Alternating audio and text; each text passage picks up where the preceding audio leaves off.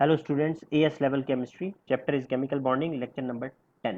आज के लेक्चर में हम बात करेंगे what is metallic bonding, how to define metallic bonding, what is the structure of a metal and how metallic bonding it controls melting and boiling point, and also we will talk about conductivity of metals. तो students, आज के lecture में ये कुछ basic information है metals के बारे में जो बहुत कॉमनली आपके एग्जाम्स में क्वेश्चन पूछे जाते हैं, उन पे हम बात करेंगे। सबसे पहली बात, अगर आपसे कभी ये पूछा जाए what do you mean by metallic bond, what is a metallic bond, तो डेफिनेशन में आपने जो बात याद रखनी है मेटालिक बॉन्ड क्या होता है, तो आपने याद रखना है it is the electrostatic force of attraction, electrostatic force of attraction between metal ions and mobile electrons. Electrostatic force of attraction between metal ions and mobile electrons within a metallic lattice. It is known as metallic bonding. So this is one thing जो आपने याद रखनी है कि metallic bonding क्या होती है। तो metallic bonding उस फोर्स को हम कहते हैं जो मोबाइल इलेक्ट्रॉन्स और मेटल आयंस के दरमियान होती है। दूसरी बात जो बहुत ही टिपिकल क्वेश्चन पूछा जाता है, how you can describe the structure of a metal. तो स्ट्रक्चर ऑफ अ मेटल को डिस्क्राइब करने के लिए आपने हमेशा ये याद रखना है, जब भी हमारे पास कोई मेटल हो तो मेटल के जितने भी एटम्स होते हैं they are not atoms, they lose their valence electron and they change into ions. जैसे देखें, ये एक डायग्राम आपके सामने मैं आपको शो कर रहा हूँ। All the atoms they have become positively charged ion. क्यों? इन सब एटम ने अपने अपने वैलेंस इलेक्ट्रॉन लूज कर दिए हैं। जब भी मेटल एटम अपना इलेक्ट्रॉन लूज कर देता है तो मेटल एटम के ऊपर पॉजिटिव चार्ज क्रिएट हो जाता है, और जो मोबाइल इलेक्ट्रॉन बन जाता है it does not go out of the metal, it stays within the metal, but it has become free. That is why it is known as mobile electron. अब ये जो मोबाइल इलेक्ट्रॉन होते हैं they are not static, they keep on moving, they keep on moving within the metallic lattice structure.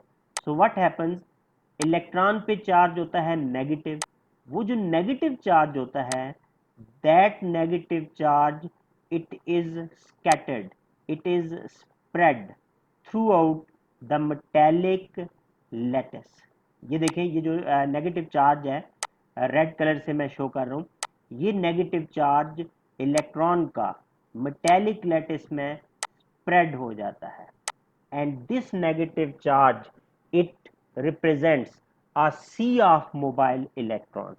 तो होता क्या है, जो मेटेलिक बॉन्डिंग है, जो डेफिनेशन मैंने बताई थी, it is the force of attraction between metal ions and mobile electron. force of attraction between metal ions and mobile electrons, it is known as metallic bonding. तो स्ट्रक्चर ऑफ मेटल को जब आपने describe करना है तो आपने क्या याद रखना है, what is structure of a metal, a large number of positive ions, a large number of positive ions immersed in a sea of mobile electron. तो ये जो इलेक्ट्रॉन है, since they are moving within the metal ions, so that give us a sea of electronic charge. तो आपने याद रखना है जब भी स्ट्रक्चर ऑफ अ मेटल को डिस्क्राइब करना है, it can be described as a large number of positive ions immersed in a sea of mobile electron. तो एक मार्क के लिए ये क्वेश्चन आता है, डायग्राम बनाने की जरूरत नहीं है, आप सिंपली ये एक सेंटेंस लिख सकते हैं, हाउ टू डिस्क।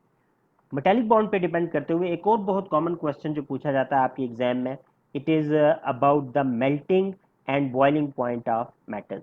तो आपने याद रखना है मेटल्स का जो मेल्टिंग और बॉइलिंग पॉइंट होता है it depends on strength of metallic bond. जितना किसी मेटल का मेटेलिक बॉन्ड स्ट्रांग होगा उतना उसका मेल्टिंग और बॉइलिंग पॉइंट हाई होगा। लेकिन अब हम ये कैसे डिसाइड करेंगे किस मेटल का मेटेलिक बॉन्ड स्ट्रांग है और किसका वीक है? तो दो फैक्टर्स आपने याद रखने हैं, strength of metallic bond it depends on ionic charge and ionic radius. strength of metallic bond it depends on ionic charge and ionic radius। जब भी आपको दो या दो से ज्यादा मेटल्स दी हूं तो आपने देखना है किस मेटल पे आयोनिक चार्ज ज्यादा है। आयोनिक चार्ज ज़्यादा होना चाहिए और आयोनिक रेडियस स्मॉल होना चाहिए। जब भी किसी मेटल पे आयोनिक चार्ज ज़्यादा हो और आयोनिक रेडियस स्मॉल हो, that metal would have strong metallic bond, और जितना मेटेलिक बॉन्ड स्ट्रॉन्ग होगा उस मेटल का मेल्टिंग एंड बॉइलिंग पॉइंट उतना हाई होगा। मैं इसकी एक्सप्लेनेशन देता हूँ, आपने सिर्फ फिलहाल ये बात याद रखनी है कि मेटेलिक बॉन्ड स्ट्रॉन्ग होता है depending on high charge and small radius. Next जो क्वेश्चन पूछा जाता है, it is about the conductivity of metals. तो conductivity of metal is the ability of metal to show conduction, ability of metals to show conduction. और आपने याद रखना है कंडक्टिविटी ऑफ मेटल्स भी दो फैक्टर्स पे डिपेंड करती है। सबसे important factor conductivity of metals के लिए जो आपने हमेशा कंसिडर करना है, conductivity of metal depends on number of mobile electrons. और दूसरा फैक्टर, अगर number of mobile electrons equal हों दो या तीन मेटल्स में, तो फिर आपने रेडियस ऑफ पॉजिटिव आयन से डिसाइड करना है कि किस मेटल की कंडक्टिविटी कम है और किस मेटल की कंडक्टिविटी ज्यादा है। जिस मेटल में नंबर ऑफ मोबाइल इलेक्ट्रॉन ज्यादा हों और radius of positive ion small हो, उसकी कंडक्टिविटी हमेशा ज्यादा होगी। आपने, मैं फिर बता रहा हूं, आपने ज्यादा वेटेज, ज्यादा dominance number of mobile electron वाले फैक्टर को देनी है। सबसे पहले जब भी आपको दो या तीन या चार मेटल दिए हों एग्जाम्स में, आपने ये देखना है किस मेटल के पास मोबाइल इलेक्ट्रॉन ज्यादा हैं। जिसके मोबाइल इलेक्ट्रॉन ज्यादा होंगे it will show more conduction. और अगर मोबाइल इलेक्ट्रॉन दो या तीन मेटल के इक्वल हों, फिर आपने रेडियस देख लेना है। जिस मेटल के पॉजिटिव आयन का रेडियस स्मॉल होगा it will be a good conductor. तो ये चार टिपिकल क्वेश्चंस हैं जो आपके एग्जाम्स में पूछे जा सकते हैं। Number one, what do you mean by metallic bonding? Number two, how to describe structure of a metal? Number three, melting and boiling point of metal? And number four, conductivity of metal. मैं आपको दो तीन questions discuss कर देता हूँ आपके साथ, आपके पास पेपर्स के ये क्वेश्चंस हैं। देखिए question number one, explain the trend of melting and boiling point as well as conductivity. दोनों क्वेश्चन नंबर थ्री और क्वेश्चन नंबर फोर के हम आंसर इकट्ठे लिख देते हैं। और टिपिकल ये क्वेश्चन जो आपसे पूछा जा सकता है, it can B across the period और डाउन द ग्रुप। इस वक्त जो पहला हम क्वेश्चन आंसर करने जा रहे हैं, what is the trend of melting and boiling point across the period. पहले हम बात कर लेते हैं मेल्टिंग एंड बॉइलिंग पॉइंट की अक्रॉस द पीरियड। देखें, जैसे मैंने आपको बताया था, आपने मेल्टिंग एंड बॉइलिंग पॉइंट में देखना है किस मेटल में मेटेलिक बॉन्ड स्ट्रेंथ ज्यादा है। जिस मेटल की मेटेलिक बॉन्ड स्ट्रेंथ ज्यादा होगी उसका मेल्टिंग बॉइलिंग पॉइंट हाई होगा। मेटेलिक बॉन्ड स्ट्रेंथ किस मेटल की ज्यादा होगी? जिसका आयोनिक चार्ज हाई होगा और आयोनिक रेडियस स्मॉल होगा। देखें, आपको इस वक्त जो तीन एलिमेंट्स दिए हुए हैं, सोडियम, सोडियम का हर एटम अपने लेटिस में एक इलेक्ट्रॉन लूज करता है और सोडियम के आयन पे चार्ज आ जाता है 1+। मैग्नीशियम का हर एटम अपने लेटिस में दो इलेक्ट्रॉन लूज करता है और चार्ज आ जाता है 2+। एल्यूमिनियम का हर एटम तीन इलेक्ट्रॉन लूज करता है और चार्ज आ जाता है 3+। इसका मतलब हुआ इन तीनों मेटल में से सबसे ज्यादा चार्ज एल्यूमिनियम आयन पे होगा 3+। दूसरी बात, एल्यूमिनियम आयन का रेडियस भी सबसे स्मॉल हो जाता है। Why? Because aluminium ion has more protons, it has more nuclear charge. Sodium में 11 प्रोटॉन है, मैग्नीशियम में 12 और एल्यूमिनियम में 13। तो इसका मतलब है दोनों पॉइंट्स हमारे, जो दोनों फैक्टर हैं, ionic charge and ionic radius, aluminium को फेवर कर रहे हैं। तो हम कह सकते हैं कि across the period melting and boiling point increases. Reason क्या देंगे? Since strength of metallic bond increases. Strength क्यों मेटेलिक बॉन्ड का इंक्रीज हो रहा है? क्योंकि ionic charge increases and ionic radius decreases. तो आपने सारे फैक्टर्स अपने आंसर में मेंशन कर दिए, स्ट्रेंथ ऑफ मेटेलिक बॉन्ड भी असेस कर दी और आपने मेल्टिंग एंड बॉइलिंग पॉइंट का ट्रेंड भी एक्सप्लेन कर दिया। मेल्टिंग एंड बॉइलिंग पॉइंट आपने हमेशा याद रखना है अक्रॉस द पीरियड ज्यादा होता है।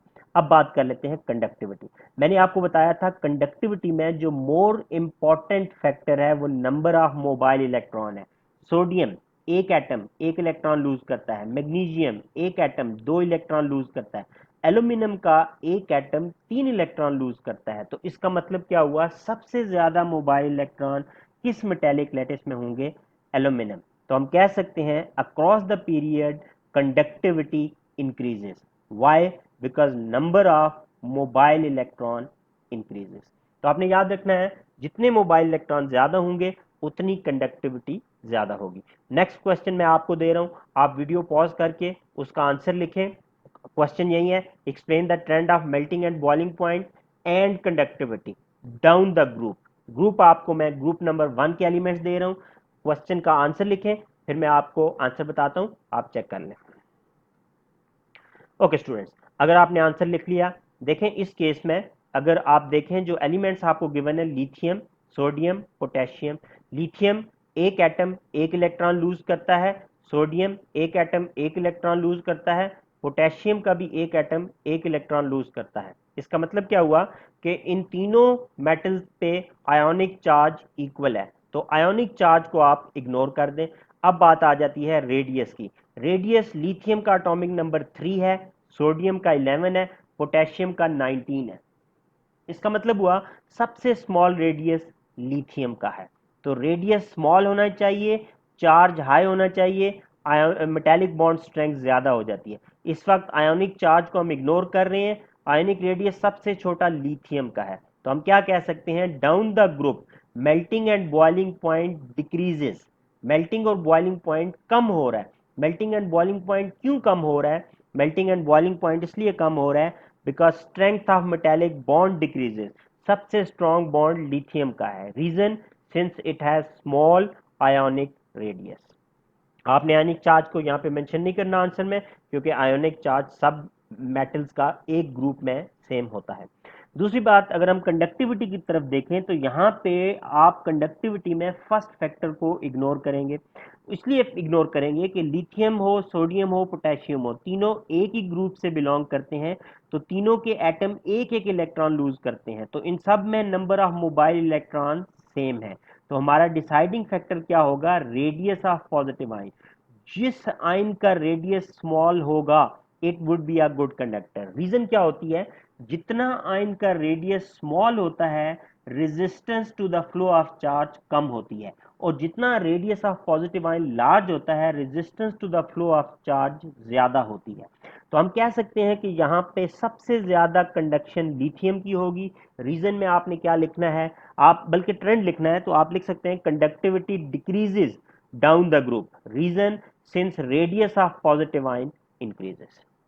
बहुत सिंपल सा एक लेक्चर मैंने एक्सप्लेन किया है, मैं उम्मीद करता हूं कि आपको समझ आ गया होगा। फिर भी इसमें कोई ऐसा आपके माइंड में क्वेश्चन है, कोई कंफ्यूजन है, आप इस वीडियो को दोबारा देखें और अपना क्वेश्चन कमेंट में लिख दें। Thank you for your time, bye.